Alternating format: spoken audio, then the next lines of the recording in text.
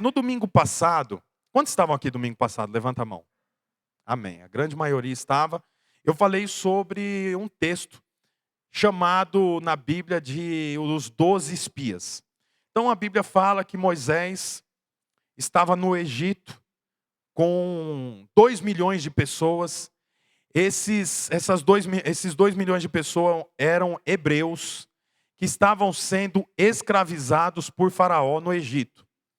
Mas a Bíblia fala que Moisés recebeu uma palavra para tirar os hebreus do Egito e levá-los para Canaã, a terra prometida. Então eles fazem isso, saem do Egito em direção a Canaã, estão ali por algum tempo já no deserto. Moisés então reúne 12 líderes, que eram 12 espias. Esses 12 espias iriam até Canaã, que estava a aproximadamente 800 quilômetros de onde eles estavam, longe.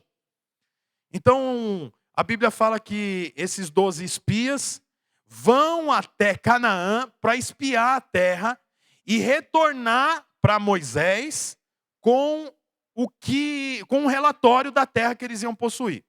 Eu preguei sobre isso domingo passado, você lembra, né? Eles vão para lá então, olham a terra e retornam com o relatório. 12 homens. Cada um tinha um relatório. Mas dos 12, 10 tinham um relatório negativo. O que dizia no relatório deles? Dizia que a terra era boa, a terra era produtiva, que a terra tinha bons frutos, que a terra era uma terra abençoada, mas que tinha um agravante. Qual era o agravante? A terra era habitada. E a terra era habitada por quem? A Bíblia fala que a terra era habitada por 6 povos. Quais eram os povos? Os amalequitas, os heteus, os jebuseus, os amorreus, os cananeus e os anaques. Quem eram os anaques? Eram os gigantes, havia gigantes. Homens com estaturas que passava de 3,5 metros. Todos esses 6 povos habitavam Canaã, a terra que Deus tinha prometido para Moisés que daria para eles. Então veja bem, o grupo todo sai do Egito indo em direção a Canaã. Entre o Egito e Canaã tem o deserto. Eles passam um período no deserto até que Moisés junta 12 homens e fala: vai até Canaã, a terra que o Senhor prometeu nos dar, e traz para mim um relatório de como está a terra. Eles trazem o relatório. O relatório diz que a terra é boa, é produtiva, é frutífera, é abençoada, mas que a terra é fortificada e que tem habitantes, e os habitantes são homens fortes e poderosos. Desses povos, tem um povo que é ainda mais forte, que eram os anaques, os gigantes. Você já conhece a história. Desses 12 espias, 10 deles não entraram na terra prometida. Só 2 entrou na terra prometida. O nome deles era Josué e Calebe. A Bíblia, lá em Josué, capítulo 14, relata como que eles estão depois de 40 anos. Lê o texto que você vai entender melhor. Josué 14, 6. Tem na projeção aqui também. Diz assim, ó. Eu estou lendo na linguagem ARA, tá bom? Não sei se está na linguagem ARA aí. Josué 14, 6. Chegaram os filhos de Judá a Josué em Gilgal. E Calebe, filho de Jefoné, o quenezeu, lhe disse: tu sabes o que o Senhor falou a Moisés, homem de Deus, em Cades Barneia, a respeito de mim e de ti. Tinha eu 40 anos, quando Moisés, servo do Senhor, me enviou a Cades Barneia para espiar a terra. Eu lhe relatei como sentia no coração. Mas meus irmãos que subiram comigo desesperaram o povo. Eu, porém, perseverei em seguir o Senhor meu Deus. Então Moisés naquele dia jurou, dizendo: certamente a terra em que puseste o pé será tua, e de teus filhos, em herança perpetuamente. Pois perseveraste em seguir o Senhor meu Deus. Eis agora, o Senhor me conservou em vida, como prometeu.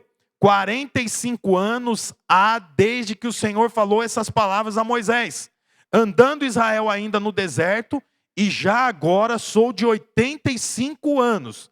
Então o que está acontecendo aqui? Tinha quantos espias, irmãos? 12.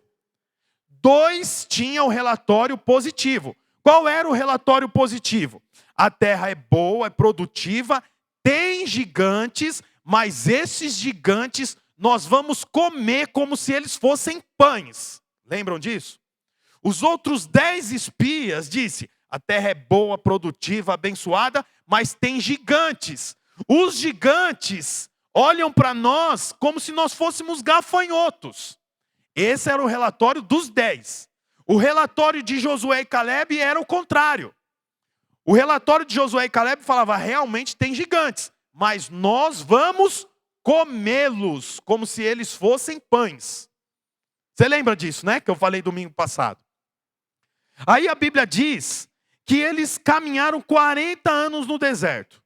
Agora, Josué e Caleb, que na época tinha 40 anos, tem quantos anos? 85. Passaram-se 45 anos desde que eles foram espiar a terra. Quantos anos passaram? 45. Quando eles espiaram a terra, eles tinham 40 anos. Agora, eles estão com 85 anos. Aí o texto diz no versículo 11, Josué 14, 11. Estou forte ainda hoje, como no dia em que Moisés me enviou. Qual era a minha força naquele dia? Tal ainda agora para o combate, tanto para sair a ele como para voltar. Agora, pois, dai-me esse monte de que o Senhor falou naquele dia, pois naquele dia ouviste que lá estavam os anaquins, os gigantes, grandes e fortes cidades. O Senhor porventura será comigo para os desapossar como prometeu. Josué o abençoou e deu a Caleb, filho de Jefoné. Então, olha que interessante. Caleb agora está com 85 anos. Eu estou vendo aqui, eu acho que não tem ninguém com 85 anos aqui. Não tem. Nem de manhã não tinha. Ele está com 85 anos. Ele diz o quê? Eu me sinto forte, revigorado, como na época que eu fui espiar a terra, quando ele tinha 40 anos. Ele está dizendo que ele se sente tão forte como ele se sentia na época. Aí ele diz o que para Josué? Porque Josué assumiu o lugar de Moisés. Moisés era o líder do povo, mas Moisés morreu e Josué assumiu o povo. Então Caleb vai até Josué e diz para Josué assim: Josué, nós espiamos a terra, chegamos aqui agora. Eu estou com 85 anos, mas eu me sinto forte. E eu quero ir para essa montanha onde mora os anaquins, que eram os gigantes. Ele queria lutar com os anaquins, com os gigantes. Tinham 6 povos que dominavam a terra prometida. 5 povos eram homens fortes, mas de estatura normal. Mas tinha um povo que era um povo gigante. E a Bíblia diz que Caleb quer lutar exatamente contra o povo que é gigante com 85 anos. Não é interessante isso? Como é que pode, com 85 anos, se sentir tão forte como quando tinha 40? Eu me considero novo ainda, jovem, né? Mas eu sinto dor no joelho, dor nas costas, né? Às vezes a minha filha pede para mim brincar com ela, pequenininha, e eu agacho assim, brinco um pouquinho, quando eu levanto, ai, não é assim que a gente faz? Ai. Puxa, eu tenho 38 anos. Imagina, ele está com 85 e está dizendo assim: libera eu para mim lutar com os gigantes. Eu estou com 85, mas me sinto como se tivesse 40. Qual que é a fonte do rejuvenescimento de Caleb? Como que ele se sente tão revigorado desse jeito? Você sabe, nós somos aquilo que nós comemos, não é assim? Não é verdade? Você é aquilo que você come. Quando a gente está... Até contei um testemunho hoje de manhã. Um irmão aqui falou que estava sentindo dor nas costas. Novo, deve ter 40, no máximo 42 anos. Dor nas costas, queimação, aquele monte de coisa, né? Aí ele foi no médico. Mas no caminho ele parou numa padaria e falou, puxa, lá demora, eu vou levar um pacote de suspiro no bolso.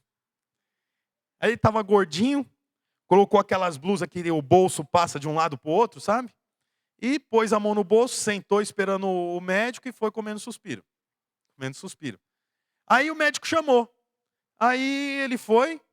O que está acontecendo? Ah, estou com uma dor aqui, queimação, não sei o que. Foi falando, aí o médico, tá bom, vou examinar. Tira a blusa para mim.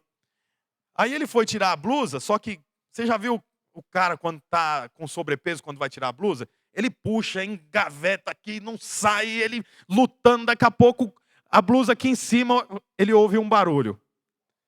Adivinha o que caiu no chão? Suspiro.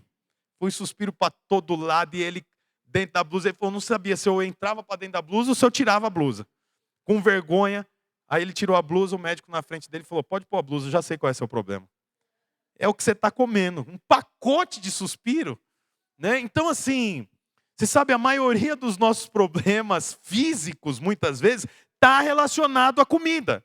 Então você tem um problema, você não pode comer doce. Você tem um problema, você não pode comer gordura. Você não pode isso, não pode aquilo. Esses dias eu fui no médico, pedi um exame, você está com gordura visceral. Então eu falei, nossa, parece que eu vou morrer, né? Gordura visceral, eu estou morto. Aí ele falou que é a gordura que fica entre os órgãos. Eu falei, como é que a gente ganha gordura visceral? Ele falou assim, geralmente é comendo carne de porco. Eu falei, nossa, todo domingo eu como carne de porco no meu pai, agora acabou de vez. Então assim, nós somos aquilo que nós comemos. Dependendo de como você come, você tem uma dor de estômago, você tem um problema. E você vê que interessante, dos 12 espias, 10 morreu no caminho. Só 2 entrou em Canaã. Por quê? Porque a Bíblia mostra para nós que daqueles 12, os 2 que olharam para os gigantes e falou, esses gigantes são alimentos para nós, nós vamos comê-los como pão. Você vê, o combustível de Josué e Caleb era os problemas. Os problemas, o problema para 10 homens era o obstáculo, mas para Josué e Caleb não foi obstáculo, foi combustível. Você sabe, tudo depende de como você olha para os seus problemas. Não é que o problema é o combustível, mas uma coisa é você passar por um problema sozinho, outra coisa é você passar por um problema acompanhado do Senhor. Prosperidade, irmãos, não é quanto você tem. Prosperidade é quem você tem. Sabia disso? Prosperidade não é quanto você tem. Prosperidade é quem você tem. A Bíblia fala que José foi sequestrado pelos irmãos, levado cativo, preso indevidamente, mas em todos esses estágios ele prosperou. Como é que alguém preso prospera? Por quê? Porque ainda que ele esteja preso, ele tem a companhia. Você prospera baseado na sua companhia. Josué e Caleb, ao invés de envelhecer, rejuvenescia. Por quê? Por causa de como eles se alimentavam. Qual era o alimento deles? O alimento deles era: os problemas são resolvidos juntamente com o Senhor. O Senhor é por mim. Eu sei que você passa por problema. Eu também passo por problemas. Mas depende de como você olha o seu problema. Quantos testemunhos? Tem muito mais testemunho aqui. Todo testemunho começa com um problema. Se não tem problema, não existe testemunho. A irmã está perdendo a empresa. A empresa com... Eu acho que tem mais de 100 funcionários. Eu fui visitar a empresa. Oramos lá na empresa. Mais de 100 funcionários. Está perdendo a empresa.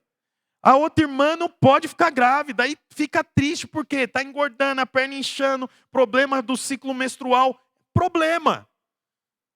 O outro está com um processo travado. O outro está com um casamento arruinado. Tudo começa com um problema. Só que você é que define. Esse problema é o quê? Esse problema vai me engolir ou é eu que vou me alimentar desse problema e vou avançar. É o que Josué e Caleb fez. Eles viram os obstáculos e se alimentaram do obstáculo. E esse obstáculo tornou-se para eles o avanço. Eles avançaram, cresceram e foram os únicos que entraram em Canaã. Com 85 anos, eles se sentem como se tivesse 40.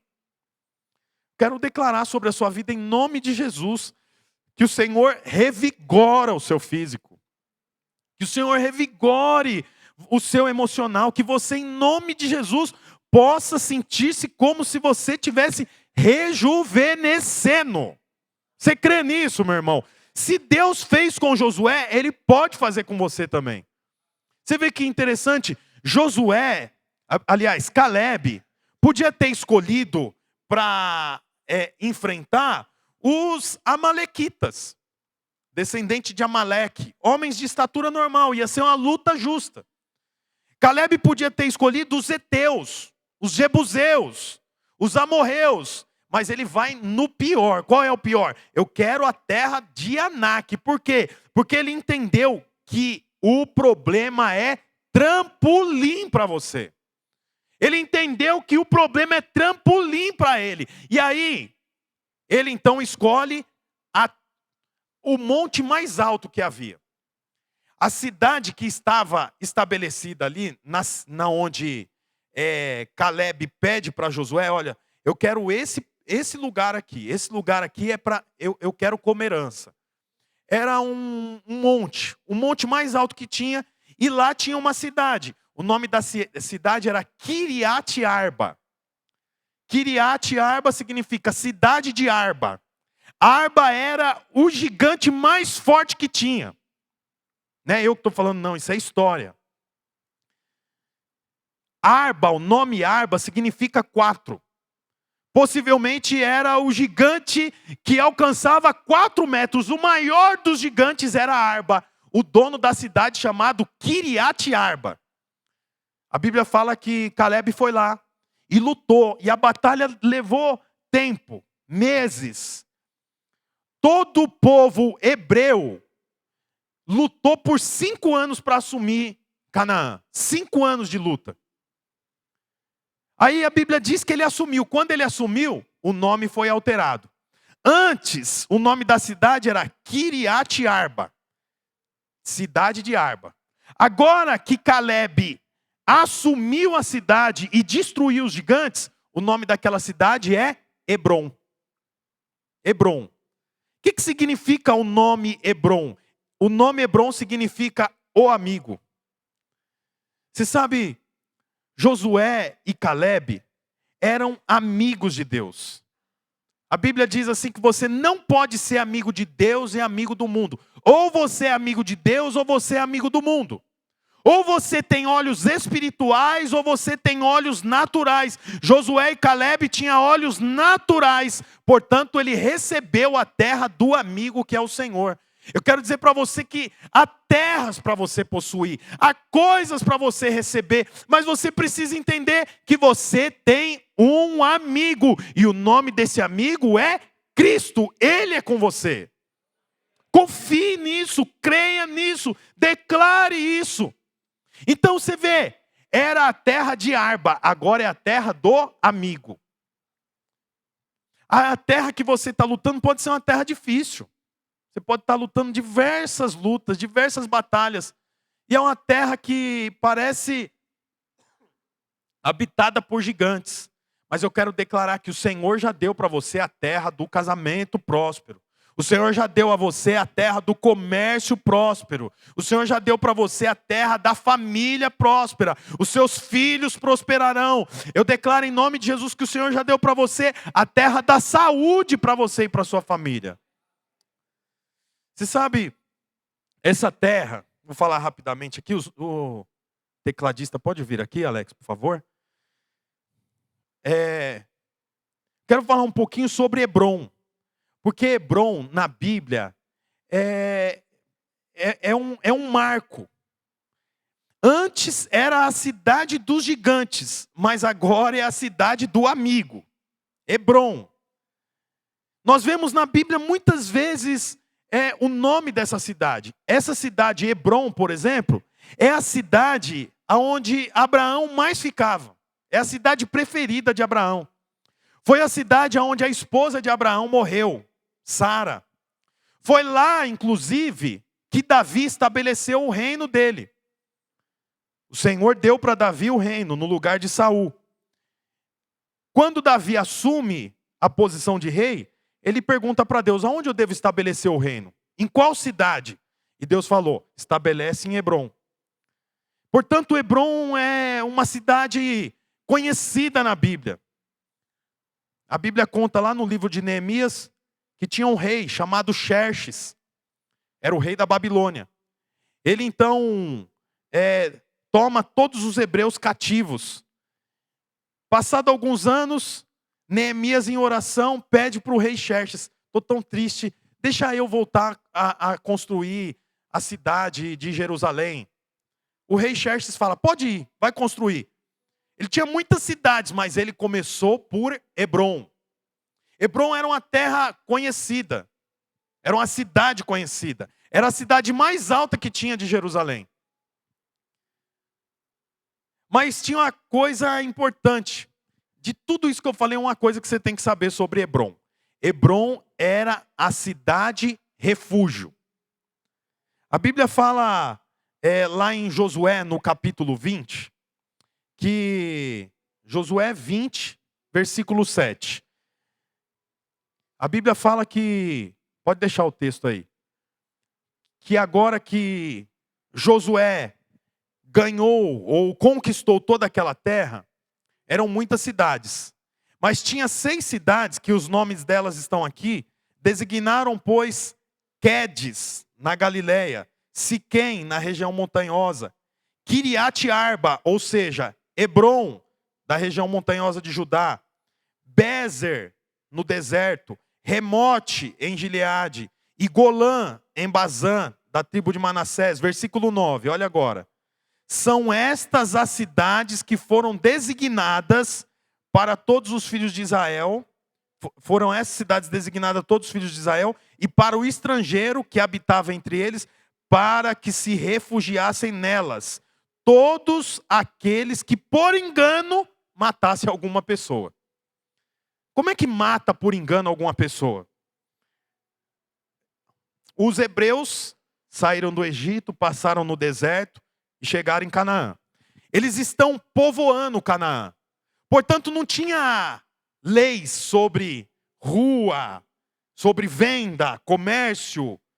Eles estavam estabelecendo como seria a cidade.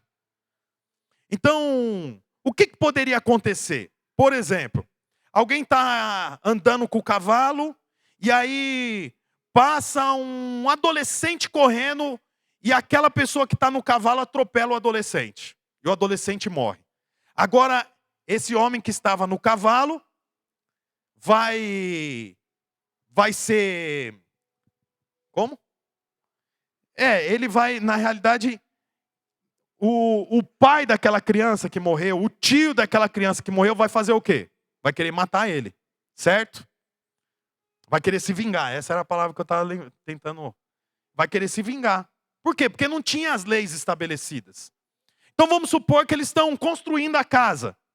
Aí tem alguém na escada, lá em cima. Aí o outro fala assim: peraí que eu vou subir aí para te ajudar. Quando ele começa a subir, a escada cai. Aí o homem que está lá em cima bate a cabeça e morre. Aquele homem que morreu tem irmão, tem pai, tem primo, tem tio, que vai querer se vingar desse que estava subindo na escada. Então são mortes acidentais. Não é que eram assassinos. São homens que acabaram passando por um momento de acidente. E agora eles estão nas mãos dos vingadores. Não é do filme não, tá?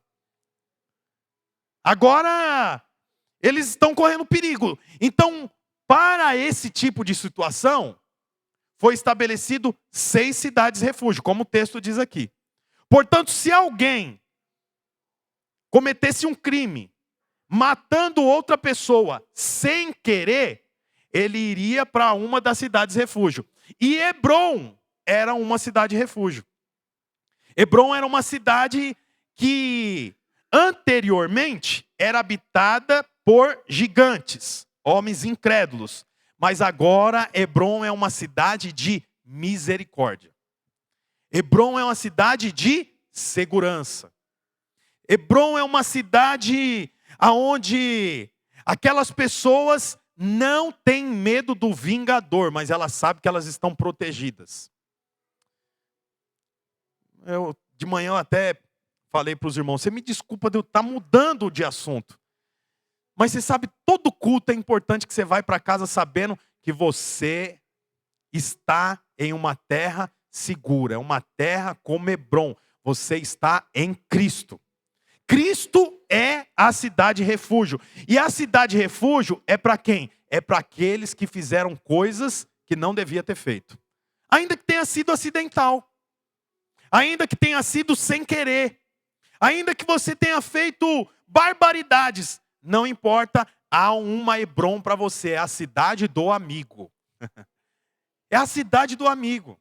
Você pode ter batido cabeça, feito tantas bobagens antes de conhecer Jesus. Mas eu quero dizer para você, você não vai para a cidade do gigante. Você vai para a cidade do amigo. Cristo é o amigo que te dá sempre uma nova oportunidade. Você sabe, na cidade refúgio, tinha tudo que eles precisavam. Por que eu digo que tinha tudo que eles precisavam? Porque se eles saíssem, se aquele homem, como eu disse no exemplo, que atropelou alguém de cavalo, que derrubou alguém da escada, que na edificação do muro derrubou uma pessoa e essa pessoa morreu. Essa pessoa, dentro de Hebrom, da cidade refúgio, ela estava guardada. Mas se ela saísse da cidade refúgio, os vingadores do falecido podiam pegar ela, e aí os vingadores não teriam culpa sobre aquele homem. Por quê? Porque ele saiu de Hebrom, a cidade do amigo. Você já sabe o que significa isso tudo. Você está em Cristo. Você está em Cristo, que é o amigo. Você está guardado no Senhor. Enquanto você estiver em Cristo, não há nada, como diz essa música. Como que é a música? Não há nada melhor. Não há nada melhor do que estar em Hebrom. Não há nada melhor do que estar no amigo. Era uma cidade qualquer, mas um homem que confiou no Senhor e com 85 anos se sentia revigorado, porque se alimentava de obstáculos, transformou a terra do gigante Arba em Hebrom, a terra do amigo. É agora a terra, é agora a cidade refúgio. Aquele que se sentia em perigo, aquele que precisava de salvação, ia para onde? Para Hebrom. Você sabe, Hebrom é como se fosse a igreja aqui. Aqui é o lugar que você deve se sentir seguro, guardado, protegido. É o lugar que você deve ter clareza que você está na direção correta. Não é o prédio, mas é a comunhão, é andarmos em unidade. É sabermos que no dia mau nós temos a quem recorrer. A quem nós recorremos? Ao amigo, a cidade refúgio, a Hebrom. Eu fico muito tocado por essa história. Por quê? Porque há refúgio para todos aqueles que têm clareza que existe uma cidade. Existe uma cidade, o nome da cidade é Cristo, o amigo. Entra em Cristo, entra em Cristo. Entra em Cristo. Porque quando você estiver em Cristo, mal algum chegará até você, porque você está guardado. Como eu disse, hoje nós estamos encerrando o primeiro semestre, é dia 30 de junho. Amanhã é dia 1º de julho, começamos o segundo semestre. Talvez você tenha orado por coisas que você não recebeu ainda. Mas eu declaro em nome de Jesus que a semente, assim como esse trigo que tem com você aí, a semente há de brotar. No segundo semestre, você vai testificar. Eu falei para minha esposa que em dezembro, acho que é dia 13 de dezembro, nós vamos ter o culto da colheita do segundo semestre.